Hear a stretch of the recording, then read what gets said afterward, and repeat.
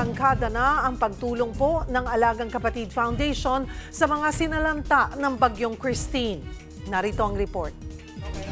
Mainit na lugaw at food packs bilang reserba. Yan ang bitbit ng Alagang Kapatid Foundation sa pagsaklolo sa mga kapatid natin sa Dinapigue, Isabela kahapon.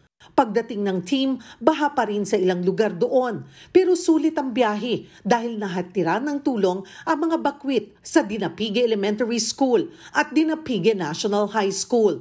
Nag-uumapaw naman ang pasasalamat ng lokal na pamahalaan ng Batanes sa tulong nating mga gamot, food packs, damit, kumot at iba pang essential supplies na pinagtulungan ng MVP Group sa pangunguna ng Alagang Kapatid Foundation.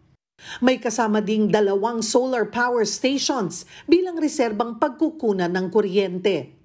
Samantala, 2 truck na puno ng relief goods ang papunta ngayon ng Bicol Region upang magbigay din ng tulong sa mga kapatid nating nasalanta ng Bagyong Christine. Bukas pa rin po ang Alagang Kapatid Foundation sa mga nais magbigay ng tulong sa mga kapatid nating nasalanta ng Bagyong Christine. Pwede po ninyong i-scan ang QR code na nakikita sa inyong screens para makapag-donate sa Maya app at sa iba pang online payment apps. Pwede nyo rin pong idiretso ang inyong cash donations sa mga bank account na nasa inyong mga TV screen.